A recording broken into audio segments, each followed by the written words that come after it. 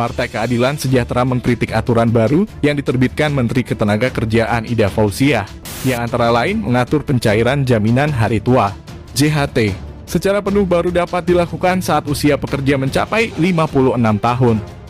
Anggota Komisi 9 DPR RI dari fraksi PKS, Neti Prasetyani, meminta pemerintah mencabut peraturan tersebut. Muatan Permenaker tersebut mencederai rasa kemanusiaan dan mengabaikan kondisi pekerja yang tertekan dalam situasi pandemi, katanya dalam siaran pers pada Sabtu 12 Februari 2022. Menurut Wakil Ketua Fraksi PKS DPR RI ini, beberapa pasal dalam Peraturan Menteri Ketenagakerjaan RI, Permenaker, buat tahun 2022 menunjukkan ketidakpekaan pemerintah pada situasi pandemi. Salah satunya aturan mengenai penerimaan manfaat jaminan hari tua yang baru diberikan kepada peserta setelah berusia 56 tahun.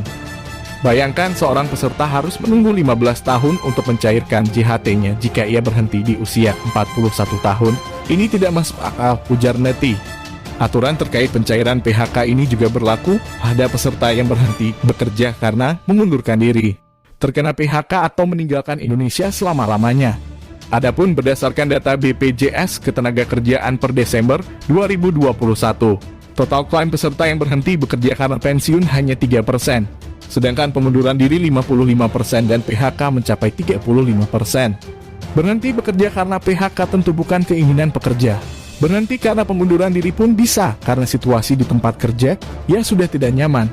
Jadi mengapa JHT ya sebagiannya merupakan tabungan peserta ditahan pencairannya, katanya. Ia mengatakan dana JHT dapat membantu pekerja untuk bertahan hidup.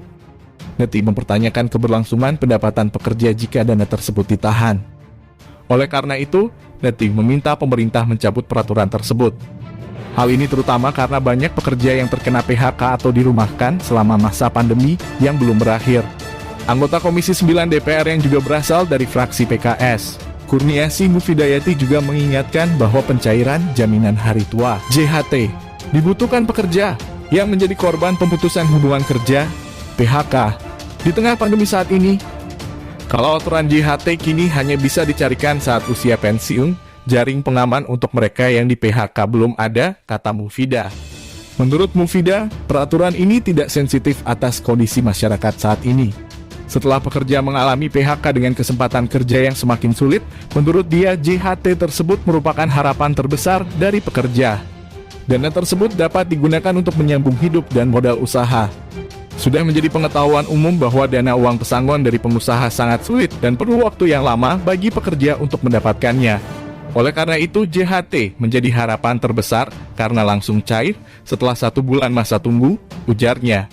Selain itu, menurut dia, dana JHT juga diambil dari pekerja sehingga merupakan hak mereka.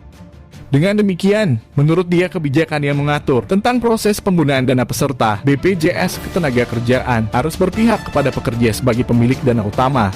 Kementerian Ketenagakerjaan sebelumnya memperkirakan jumlah pekerja yang berpotensi terkena PHK hingga akhir 2021 sebanyak 143.065 orang. Sementara itu, jumlah pekerja yang berpotensi dirumahkan sebanyak 1.076.242 orang. Sedangkan jumlah perusahaan yang berpotensi ditutup sebanyak 2.819 perusahaan.